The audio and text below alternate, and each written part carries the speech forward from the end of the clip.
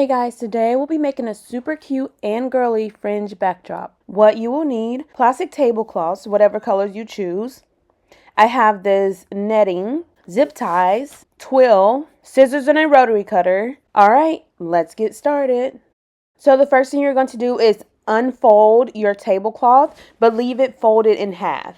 But all the other folds, you're going to unravel them. And you're going to cut in 1.5 to 2 inch thick strip. The thickness of the strip, that is completely up to you and what look you prefer. If you want it skinnier, then you can do so as well. But I feel like 1.5 to 2 inch wide strips make a very pretty and full fringe backdrop. So I'm just going to continue cutting using my rotary cutter or scissors and just cut those strips. So once you've cut the strips, you can just unravel and you see it's a pretty decent size. Once we start making the actual backdrop, we're going to keep these folded in half. But I just want to show you how long they are. I'm going to go ahead and unfold all of the strips because this is just going to make the placement process a lot faster. I'll get them unraveled, have a ton in my hand, and then I can easily place it on the backdrop stand. As opposed to unfolding them one at a time, that's going to make the process a lot longer. Alright, so now that I have my first color complete, I'm going to repeat the same steps with my second color and repeat these steps with every color you want in your backdrop. And then once you're all done, again, this is still folded,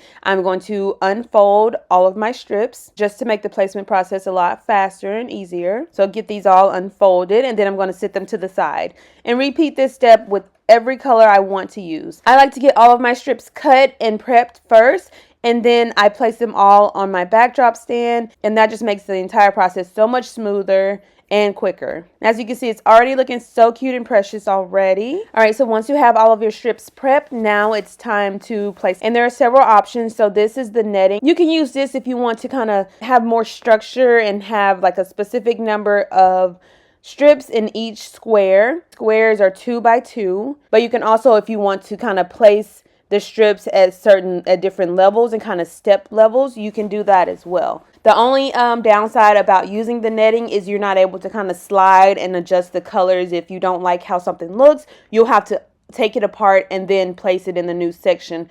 Whereas if you use the twill, you can just slide it to wherever you want it. And with the twill, you just use the zip ties and attach the twill to either side of the backdrop stand. And then you just make sure it's nice and tight. I always say to leave a little extra twill because you can adjust it later if you choose to do so. And then we're just going to take our strips. So as you can see, I have a nice amount of strips in my hand. That way I'm not having to go back and forth. And they're already unraveled. You're going to take your strip. You can double up the strips if you choose to do so, but I feel like one strip at a time just makes it more flowy and fun. So you're going to make sure your strip is folded in half. You're going to take that center and take your hand and pull it behind the twill.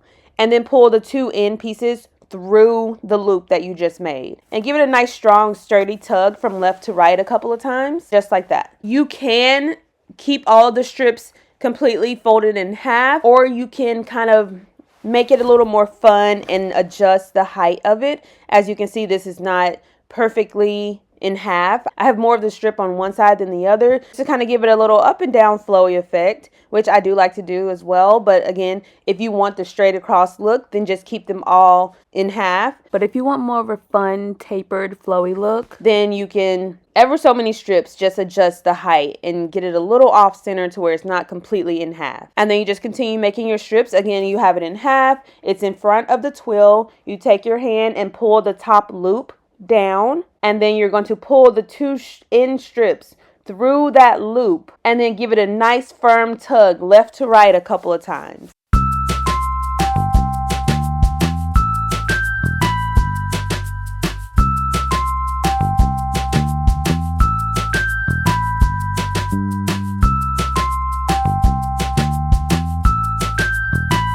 This is what I was talking about where I say you can kind of slide and adjust and move your knots without having to unravel them. If you want to add more of one color or if you want to switch the colors around, you're free to do so. And then I'm just going to, once I finish the first color, I'm going to get a nice stack of my next color and repeat the same steps. Placing my loop, pulling the ends through, giving it a nice tug a couple of times. And once you get like a good method going, it goes by fairly quickly. Again, I am ever so many strips. I'm taking it off center. so I can have that tapered look. I'm just going to get all of my strips placed and show you what it's looking like.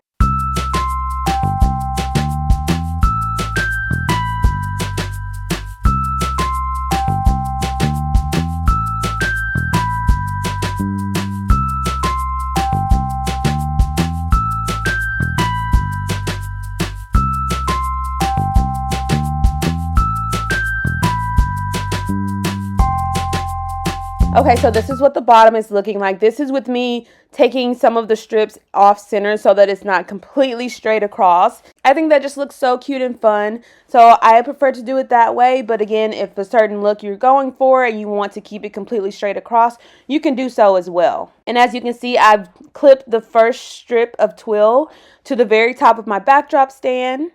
And I have all 5 colors in place and it looks so cute and precious. You can move it over, add more or less, whatever you prefer. And you can count how many strips you want in each section if you choose to do so. I just kind of estimate and go by look. And this is with the second row added in. So as you can see, there's just a bunch of the knots there. Again, I don't count them. You can if you choose to do so.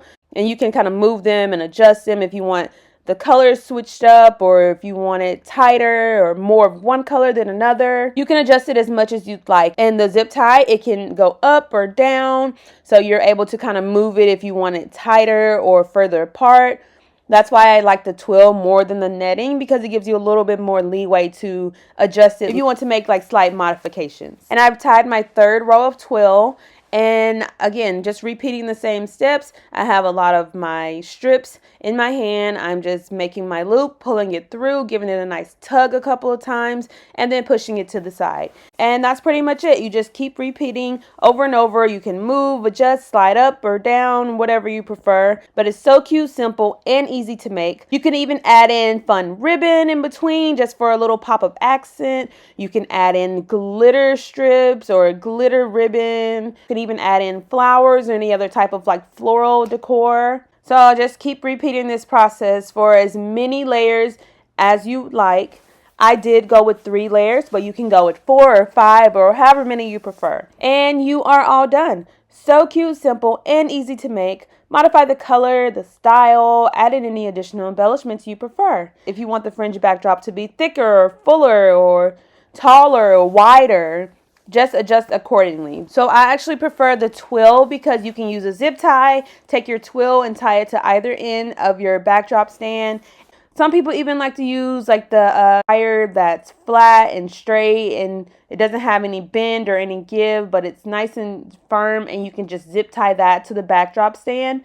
Some people prefer that. Also, you can hang it from the ceiling as fringe panels. You can hang it from a door or even gate or a fence, or even from a tree. It's very versatile. You can just have fun with it and make it your own.